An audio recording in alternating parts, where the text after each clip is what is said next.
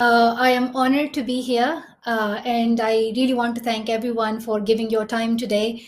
I'm sure things are not as you expected right now. We are going through a pandemic globally, so I really thank you for your patience, and I really want to thank Whitney and Ted for giving me this opportunity to speak today.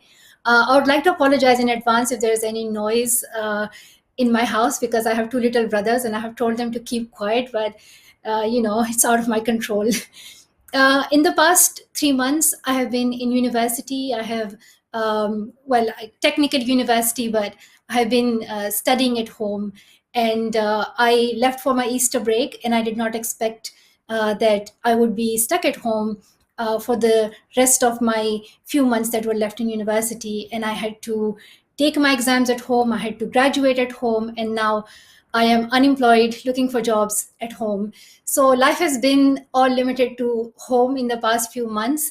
I'm sure it's the same for most of you out there. And but I'm really happy. I'm really just so excited and overwhelmed that I have graduated from Oxford. I finished my undergraduate in philosophy, politics, and economics, and the past 3 years have been incredible. I have grown so much. I have learned so much from my friends, tutors, and professors, and everything that I saw there.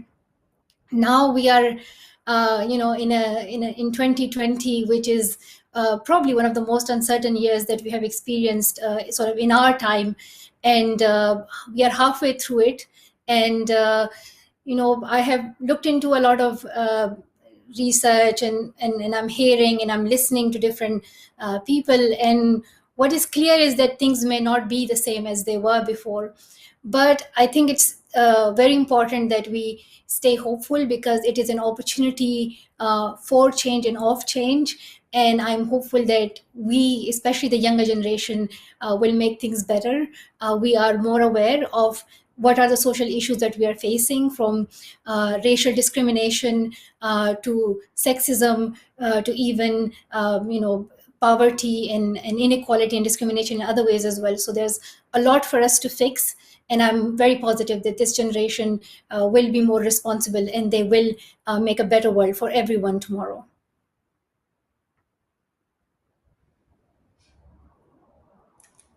Hi, Malala. Thank you so much for being with us. Thank you for that address. Thank you, Whitney. Thank you And so much. first and foremost, congratulations on your graduation. That is amazing. You recently tweeted that there will be lots of sleeping, reading, and Netflix in your future. And so, how does it feel to be finished with college, and what have you been up to these past couple weeks? So to be honest, my exams were really long. They were a month-long exams, and I was just exhausted. I needed a long break. So over the past few days, I have just messed up my sleeping schedule. I'm sure a lot of people can relate to that. And I right now I am allowing myself. I'm just saying that okay, you are allowed to do this for a bit because you need a bit of rest and a bit of break. So far, it's spending time with family. Just uh, I collected all my luggage from my university, so bringing all my belongings, resetting my room because it still looked like a high school girl's room, and I was like, I'm a graduate now. I need to do my room setting just to feel a bit older, to see Yeah. that transformation around me as well, as much as I see it within me. And it has just been great. It has been tiring as well, but also it's been great to spend time with family. That's great. Well, I'm glad to hear that you're actually making good on that tweet to take some time to rest and Yeah. revive after what sounds like it's been a very busy past few years.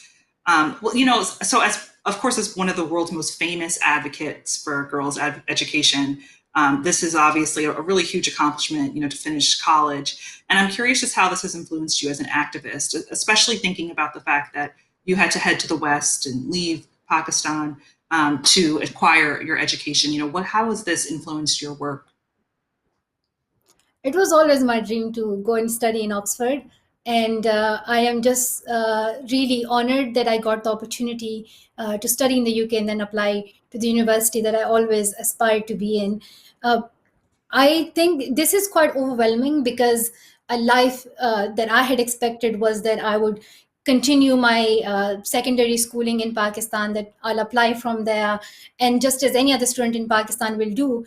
But everything changed in 2012 when I was attacked, and I had to move to the UK for my treatment, for my surgeries. And since then, I have been getting my education in the UK. I have been campaigning for other girls' education as well, because I realize that education is empowering, and there are 130 million girls who do not have access to it. And those are girls like me. Once I was in their place, and I did not have access to school, and I wanted somebody to speak out for me. And today, those girls need voices. So I am out there speaking for them, and also hoping that these girls have a platform where they can raise their own voices. It's wonderful. And I mean, and as you were juggling your studies with your work, how has your work with the Malala Fund and all of your activism evolved in the time since you've been at university? So Malala Fund started like probably 5, 6 years ago, and to be honest, I I had so much energy when I was like 15, 16.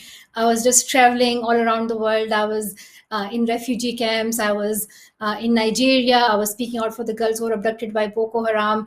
I went to Iraq as well, and I have been to Brazil as well. So I've been sort of traveling around the world because I want to meet the girls and allow them to raise their voices, provide them a platform where they can speak out about the issues that they're facing at work. The local leaders, national leaders, and global leaders need to do. And so, in terms of that, it was quite a lot for me, because I was still a school student, and I would travel and give a speech somewhere, and then the next day I would have a class and I would have homework to finish. I would stay up all night to like finish my work. In university, if I'm honest, I did not put too much academic pressure on myself. I allowed myself to have fun as well, which I'm glad I did. I think I needed that to just spend more time with friends and just sort of be, like other students, and not put too much academic pressure on myself. Just to say, like, I was kind of lazy and I allowed it, which was good. But at the same time, I gave my vacation time and my Easter holiday, my Christmas holiday to the activism that I do. That's wonderful. I mean, I think for a lot of people, I definitely can imagine that it must be hard to live the life of a normal college student as someone who is as famous and renowned as you are. And so that's incredible to hear that you were able to sort of find that balance and experience college in the way that the average person does. I was Um, really happy that everybody helped me, and they just treated me as a student, as their friend, and that was just very helpful. And I actually like sort of found that younger side of myself. I was always surrounded by much older people, and there was a lot to learn from that. But this was the first time that I was engaging with people of my age. that's great. Well, I'd love to talk a little bit about your work and how it's connected to this moment and thinking about education for girls. Communities around the world have been devastated by the coronavirus pandemic in so many different ways. And could you talk a little bit to how this global health crisis has impacted girls' access to education specifically? 100%, like COVID-19 is affecting people globally, and that include young girls as well. And Malala Fund, we did a research and looking into like the previous cases like Ebola. And the research shows that there are more than 10 million girls who are at risk of losing their education. These are girls who currently would drop out of their schools and may never be able to return to their schools, either because of early marriages, because of those cultural barriers that they face. Parents are more likely to prefer early marriage for them than their education, but also a lot of them would be needed into workforce because they will be a financial option for the family, and family would have no choice but to send their daughters to earn for them. And these are the girls who are really vulnerable to being trapped in that, and they may never be able to return to school. And this is what happened in the case of Ebola as well. There were many girls who did not return to their schools, and there is a risk that the same might happen to girls in this crisis as well. And I think that some people might make the argument when you're thinking about what's happening with the pandemic that we should really be focusing our energy on building back the economy and our public health systems and thinking about how to find a vaccine, and that in this moment, it could be really easy for the issues for which you advocate to get pushed to the side. So, could you talk a little bit about why you think it's so important in this moment that we keep the focus on girls' education, we keep it central to these conversations? I think 100%. I think we should not forget about investing in girls, investing in women and their empowerment. They are sort of the key players in running countries and running our economies. And it's quite easy to forget about that and to ignore it. But I think it's time that we push governments and all the responsible authorities to not forget girls when they make policies, when they make decisions about future. I think one thing that is really at risk is financing for education. That has been stagnated for the past years, and there's a risk that that could go down further, that could go into negative. So we don't want that. I really hope that governments stay committed to financing girls' education, and they sort of remain gender sensitive in that, and ensure that there's equal investment in girls' education and especially their secondary education. I think the second thing would be sort of safety and health. A lot of parents might be concerned about their children's health, especially young girls' health, when they send their daughters to school. And I think that's something that the policymakers need to look into. That one other issue, that is the teen pregnancies. In such situations, such as the current pandemic, the number of teenage pregnancies will increase. And then the risk is that when these girls return to school, in many countries and in many local schools may not allow them to return to schools. So it's important that those sort of those norms are challenged, and even if girls face teenage pregnancies or have become mothers at teenage, that they are allowed to get back into their education. And I think finally we need data. We need to go and research how sort of, and also ensure that this is gender desegregated. And it's important that governments sort of take responsibility for that. I know everybody would be pushing them, and I see the risk of it being getting ignored. There are other issues as well that might be ignored as well. So it's time that all the champions, all the campaigners of girls' education, of education in general, of women's rights, that they come together and bring our voices together, so they sort of grow louder. And when governments make policies, that our voices and our concerns are heard.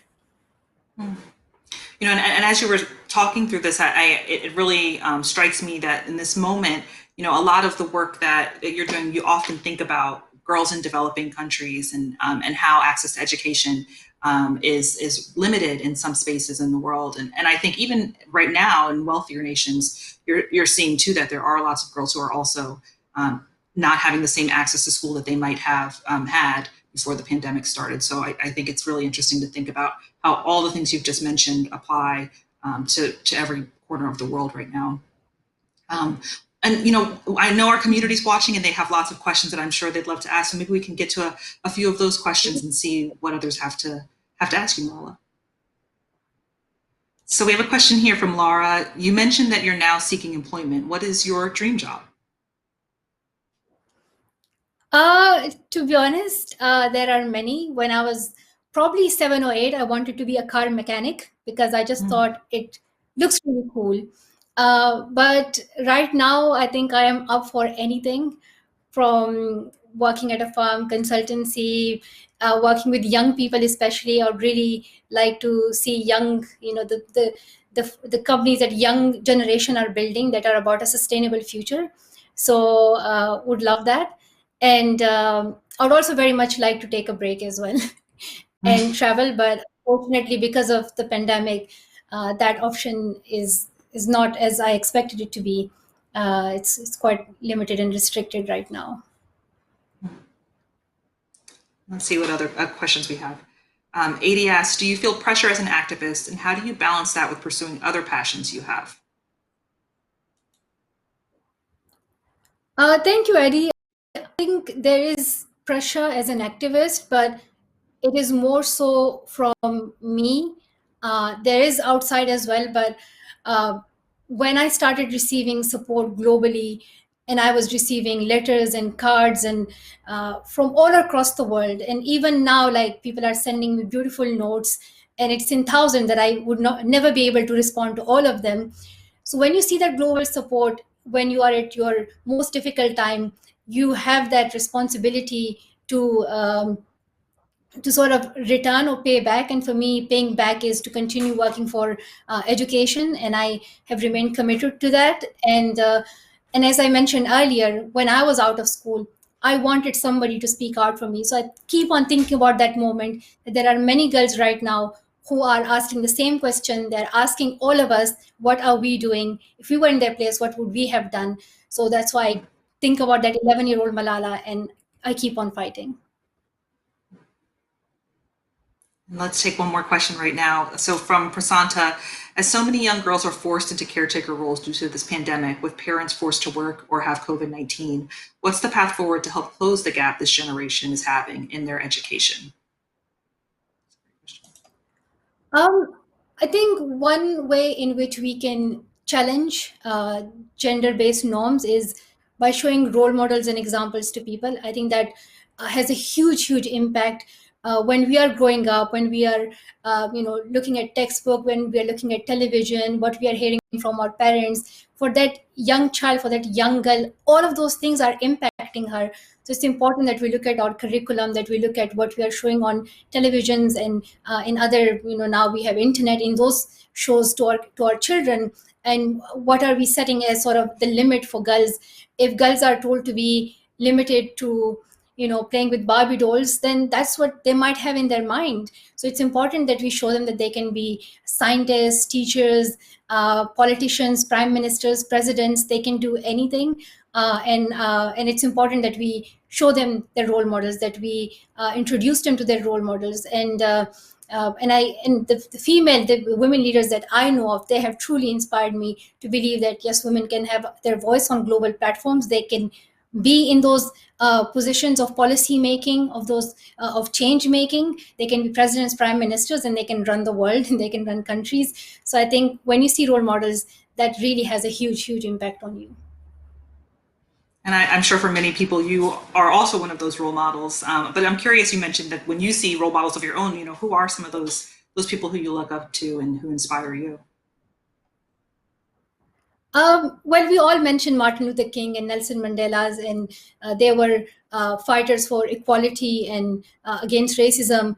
And right now, they need to be mentioned more than ever for what is going on around the world, especially to do with Black Lives Matter. So I think it's to say that their fight is not over yet, but also especially Benazir Bhutto, who was the first female prime minister of Pakistan, and also in the whole Muslim countries. So she was a role model to me and to many young girls, to believe that they can become leaders of their country, and many more. Especially when I meet young girls, I have met many girls including in refugee camps. One was Najla, and she's a Yazidi refugee in a camp in Iraq.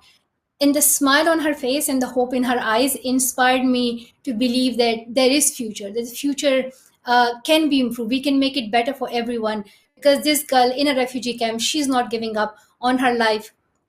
She's passionate. She's carrying a dictionary. She wants to learn new things. She wants to learn one new word every day, and she's passionate about changing the world. So that sort of gives you hope. So all these young girls that I meet, they're also my role models. And, I'd love to talk a little bit also about just the current state of girls' education. So, there's data from UNESCO that shows that girls in the world's least developed nations went from spending less than 3 years in school on average in 1970 to almost 9 years in school in 2017. And this growth definitely mirrors in comparison to what we see in wealthier nations, where the average amount of time girls spend in school is 17 years. But it definitely seems, when you think about that, when you look at those numbers, that the situation has been improving. And so when you think about your experience as a little girl in Pakistan and compare that with some of the things that you're seeing now through your work, some of the girls who you've just mentioned now, do you think that things are getting better still? Are you seeing that there are greater opportunities for girls around the world today? There are different ways in which we can look at that. Firstly, in terms of passion of girls and girls activism and seeing young leaders among girls who want to become that change makers, yes, 100%. There's hope, there's optimism. In terms of the work that local activists do, there could be young girls, there could be, men and women who are passionate about bringing education into their communities. They could be working in the most deprived, the most marginalized rural areas, from Pakistan to Nigeria to Brazil to in all these countries, and looking at their activism with limited resources, and with so much hard work and with so many difficulties, that is truly inspiring, and that gives you hope that with this passion, yes, we will see change. But then when you look at the government level and the and sort of that global level in terms of where resources are and how much is missing, how much is lacking in that, that is something that really concerns me. And I hope that world leaders make good commitments towards education. They make commitments towards financing the secondary education of girls, the quality education of girls, safe education of girls, but also fulfill those commitments. Sometimes they make commitments, but they always, they hardly fulfill that. So it's important that we keep on pushing leaders to stick to what they have committed. And I'd love to talk about that more, just how we can keep leaders accountable and how we can ensure that they stay committed to this. You know, one of the UN Sustainable Development Goals, actually two, one is focused on quality education for all, and then women's equality, that, you know, the UN hopes that we would achieve this by 2030, which is now just 10 years away. And I'm curious how you think we can actually do the work of making that happen. How can we as individuals hold governments accountable? What sort of things would you like to see from governments to show that they really are making strides towards seeing this happen? Mhm. So I think there are many ways that an individual can help, whether that is writing a letter to your MP, to promoting it and spreading that message on social media, tagging them, writing a letter to them, uh, engaging in campaigning that is going on for girls' education. But another way which I truly believe in is that we need to support local activists, local educators, and that is the mission that Malala Fund has been working on over the past few years. We started this Malala Fund Education Activist Network, and we are supporting more than 60 activists around the world in more than 7 or 8 countries. And they're also currently changing their work according to how COVID has changed things for them. And for instance, in Nigeria, our activists are using radio to give lessons and engaging education related content to children, because that's sort of the means that works there. But on the other hand, in Pakistan, the champions are working on using apps, but also national television, because that's something that people engage with the most. So I think it's working with the local communities that's really important. And in that, you can support Malala Fund or other organizations who are focusing on that. So I think it's really important that we support these amazing and incredible activists who are out of there. My father and I started as local activists in Swat Valley. So I understand what it means when you give even sort of little support to a local activist. It impacts their work hugely, and it helps them in so many ways to improve their work and reach out to many more girls. So that's one way to help.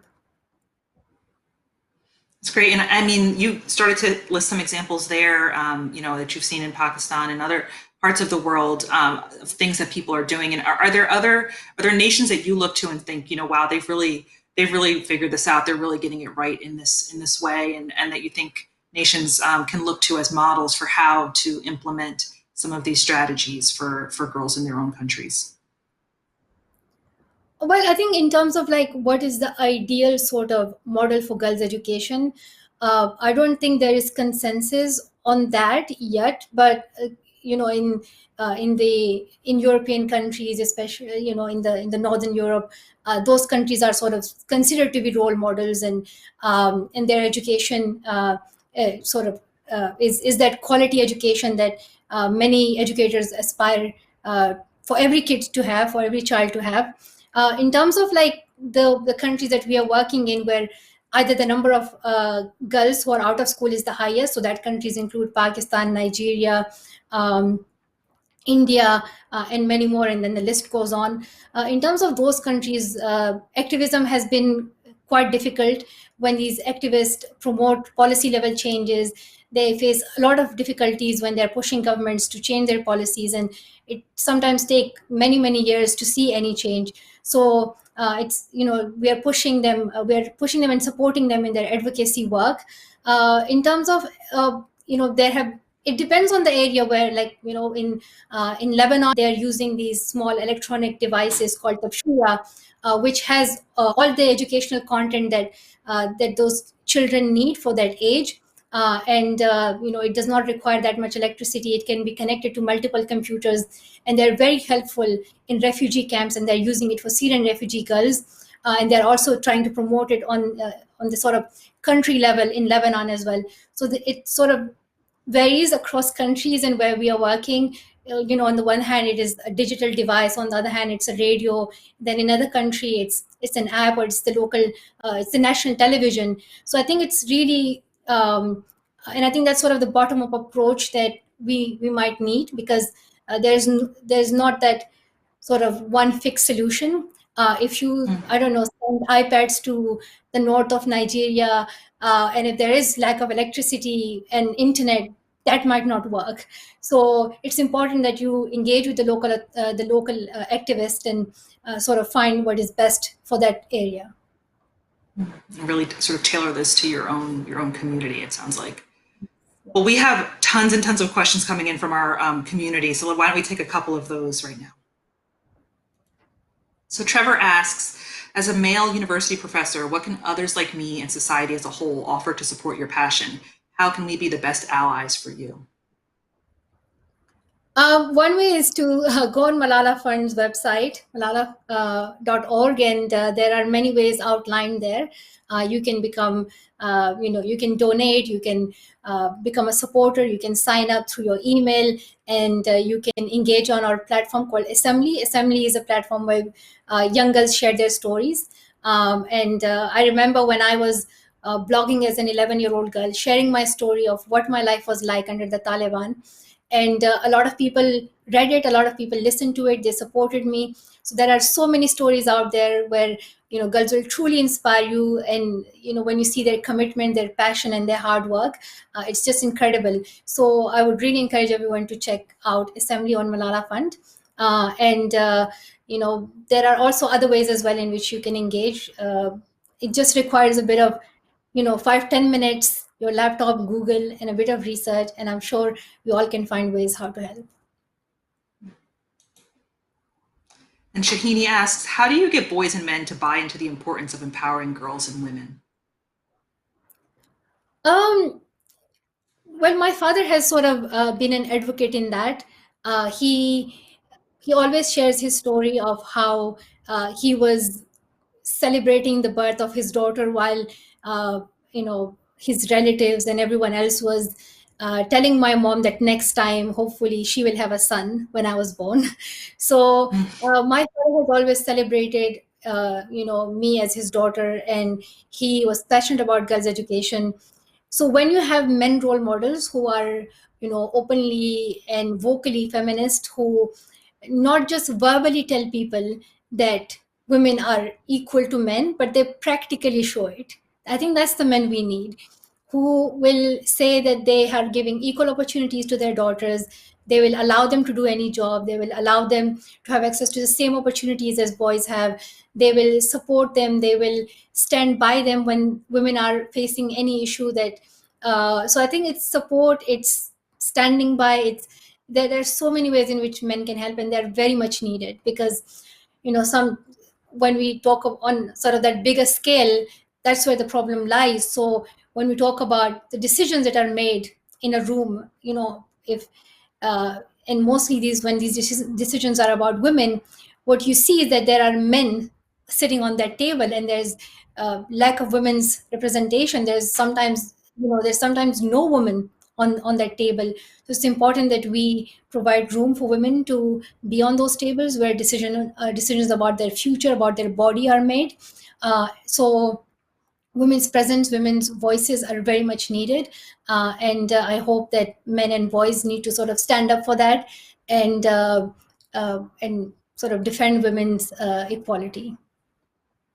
And I know for you personally, your father, who was a TED speaker, was a role model for you, and sort of mirrored that, and was somebody who stood up for you and gave you that room. So that's great to hear from your personal experiences as well. So Patrick asks, the pandemic carries a risk that authoritarian governments will use it as an excuse to roll back progress in girls' education.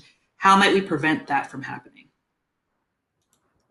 You're very right, Patrick. And as I mentioned earlier, I think uh, pushing governments, whether you know if it's in your own country, we could write them letters, we could do campaigning, we could do it on social media. But there is a huge risk, and it's not just authoritarian governments.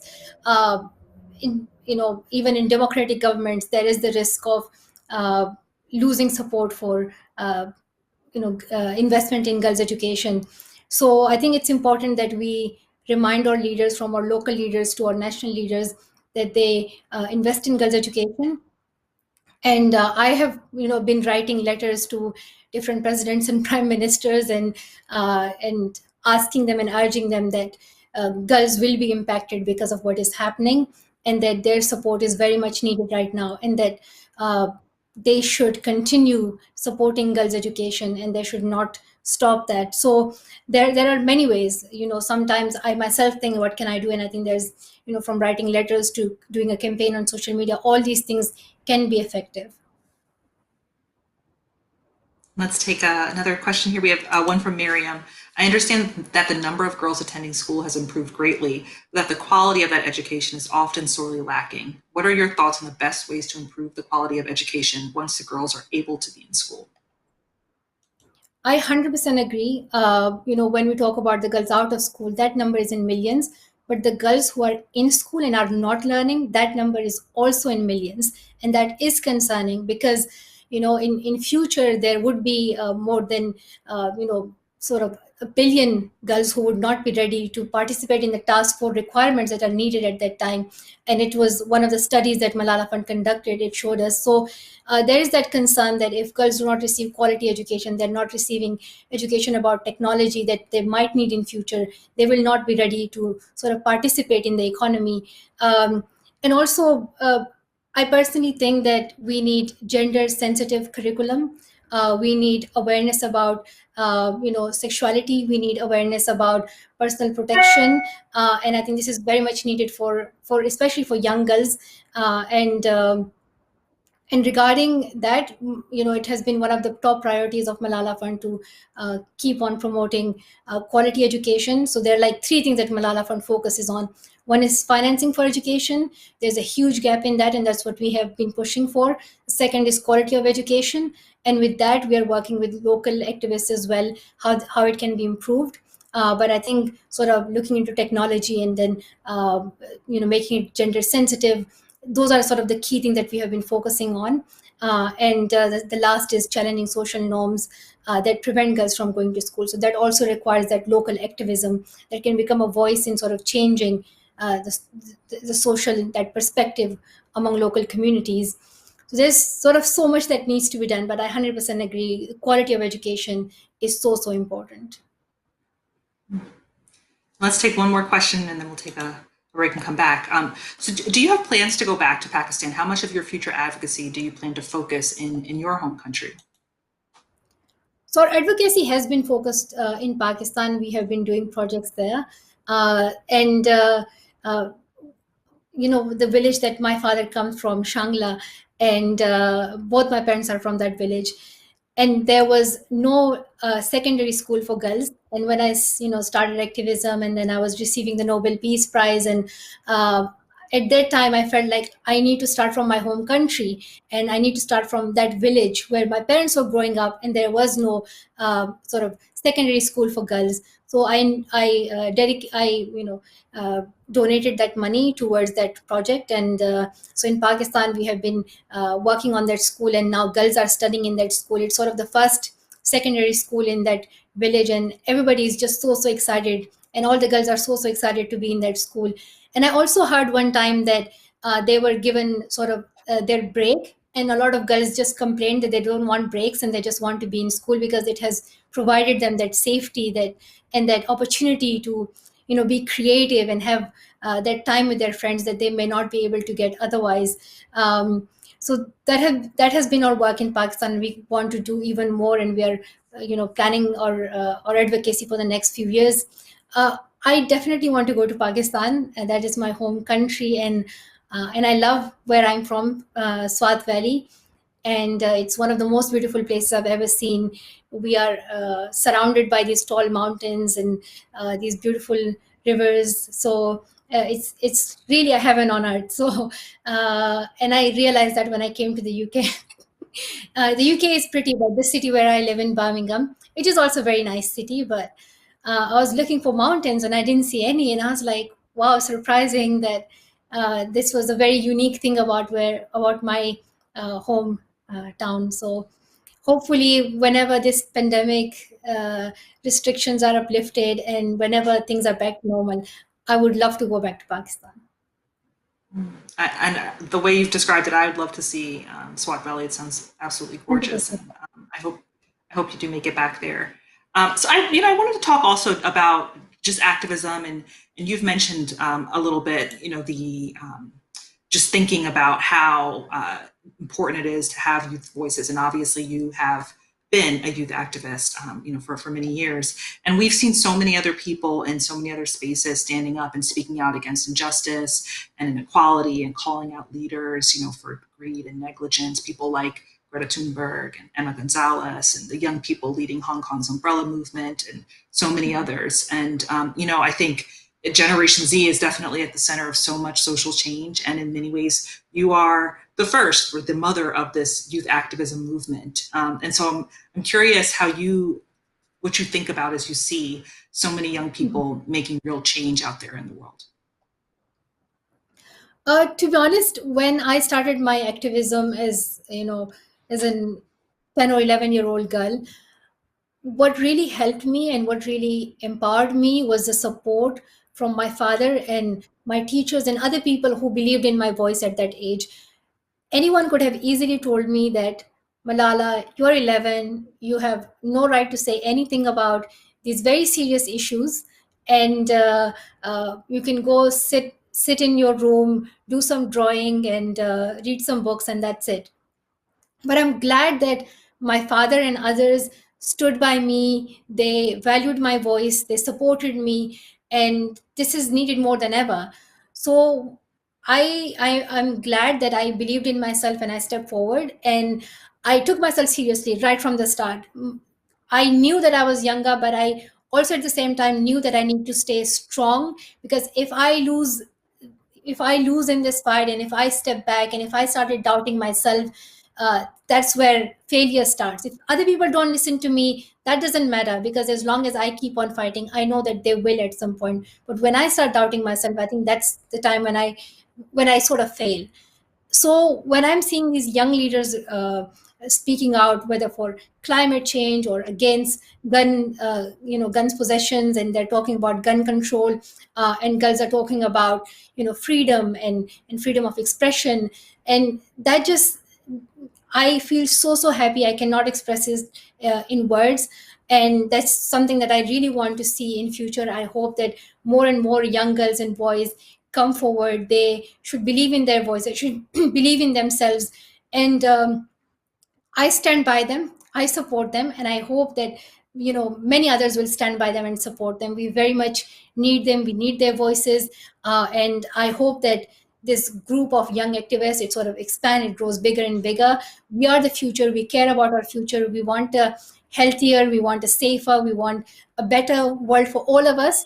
And I think in that we need to start our activism now, because there's just so much that needs to be done and that needs to be fixed.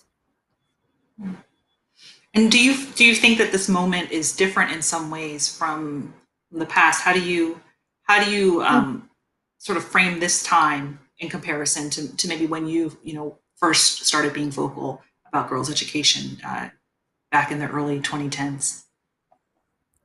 100%. I was in grade 5 or 6 when I started speaking out.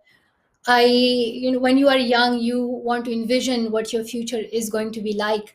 And you always wait for that moment when your studies will be completed and you will not have those sort of constraints around you that keeps your activism or your movement a bit limited. Even though you can still do a lot, but you still feel limited at the same time. For me right now, when I have completed my studies, I feel it's a moment that I am looking forward to, doing a sort of flashback and looking back at, what I have achieved so far, what could I have done differently, and what is next. And I do like the sense of urgency that is right now. Urgency Mm. um, for change, whether that is to do with climate change, whether that is to do with racial justice, whether that is to do with equality against sexism. All these things, I just love the sense of urgency because it is pushing all of us to do something now. Because otherwise, it is a status quo. Things remain as they are, and those who are in power do not like those changes. So I'm really happy that people are standing up and they are challenging the current system and what's wrong in them.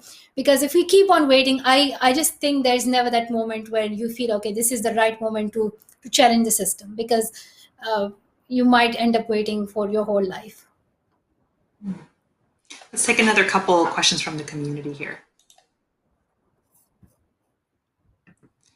So Chadburn asks, do you have plans to enter government leadership in the future?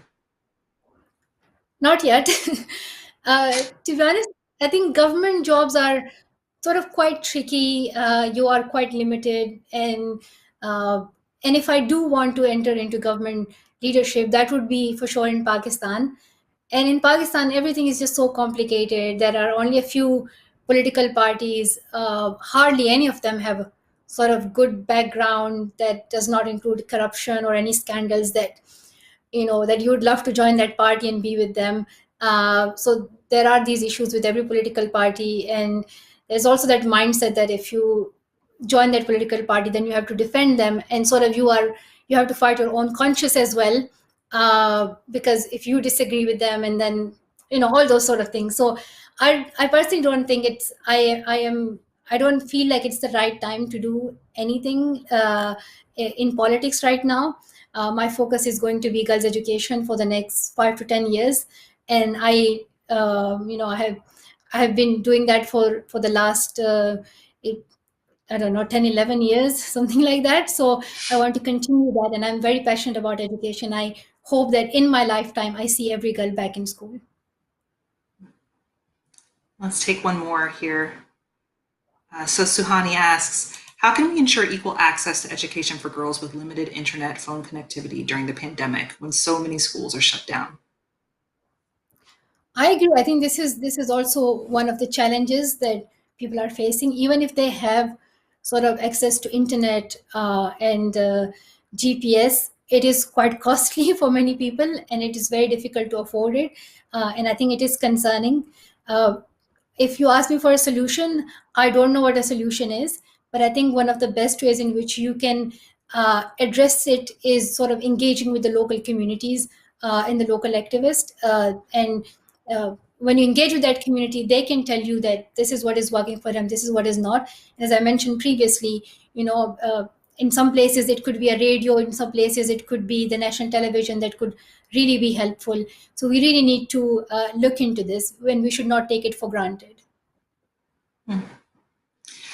So to go back to Chadburn's question about thinking about whether you'd go into government. So it sounds like that's not in the cards for you, at least not right at this moment. And I'm curious, what do you see, I guess, for yourself in 10 years, 20 years, and even at the end of your lifetime when you look back and see what you've accomplished. What do you really hope your greatest impact on history will be? My biggest dream wish is to see every girl in school. That has been my dream sort of since the day when I myself was out of school. I i really remember that moment when I woke up on the 15th of January 2009, and I could not go to school. This was because the Taliban had banned girls education in Swat. and Nogel was allowed to go back to school. And I realized that education was more than just learning from textbooks and more than just writing and reading. It was about emancipation for women. I felt more vulnerable to being, uh, getting married at early age, to being discriminated, not being able to achieve my dreams, whether that was to become a doctor or a teacher. So these are the things that are taken away from you at the same time. And that is, since then I have stayed committed to girls education. And I hope that in my lifetime I see that, I believe in it. Sometimes it sounds sort of too optimistic, and but I think we can do it. And I am staying very optimistic about that. Other than that, I think there's a lot more to fix. I feel like people, we need to do a lot more about empowering women, allowing girls to dream big and to dream sort of beyond what society tells them to do. And I want to see more women in leadership. I want to see women running countries. I want to see women running companies and big firms and going to space and working in technology and being part of all those sectors that are out there. So I hope to see that in my lifetime, and I hope to see a better world, a safer world for everyone. It's great. And I think that, to just sort of end as we're wrapping up here, it's always great to sort of to hear what would make people most hopeful. But I think what inspires a lot of people and what makes so many people look to you as a source of hope for themselves and as somebody who they look up to as a role model is sort of this fearlessness that you seem to have, this feeling that you can sort of take anything on. And I'm curious what makes you afraid, I guess, in this moment, and then finally what makes you most hopeful. But what scares you? I think what scares me is being is probably being too slow and not being true to myself. I have always believed in activism. I've always believed in change, and I think it is possible if you stay committed to it. So I hope that I stay committed to it, and I hope that that I'm surrounded by the right people who guide me in the right path, and and also I hope that after this pandemic we do see the younger generation uh, raising their voice, getting that sort of creating that space where they feel like they can contribute towards change. So I want to see more young people in leadership, and I hope that they continue speaking out. So it's just the fear that things getting worse, or uh, I sort of stopping the activism. Not really fear, but I just don't want it to happen. I hope that we all stay committed to this fight. And it is true. People get exhausted. People get tired. People lose hope. They don't see any change. They're not. They're surrounded by people who might be encouraging them not to speak out, because just telling them that it could be controversial, or they might lose support, or they might lose this and that. So those sort of things are there, and I think it's sort of staying strong in the middle of those constraints that are out there. So I think that's something that I really hope that we all continue to have. What gives me hope is the hope that young people have. As I mentioned, young girls and this younger generation, they are the future, and I'm really really happy and hopeful that they will be change makers and they will improve this world. They will fix what our fathers and forefathers have sort of the mistakes that they have made, and they'll fix the system that they have created. And we will remove racism and sexism and other discriminations that exist. It might take time, but we will stay committed to it, and we will make a world that is fair and equal for everyone. Thank you so much, Malala, for this. And I think that I speak for lots of people watching right now in saying that this has been inspiring, and it's been wonderful to hear your thoughts and your perspective on all of this. So thank you so much for taking the time to share your feelings on everything with us and to talk with us today. Thank you so much. It was wonderful talking to you, and I wish you good luck in everything. And yeah, thank you so much. Thank you. Wishing you so much luck too. Thank you, Malala.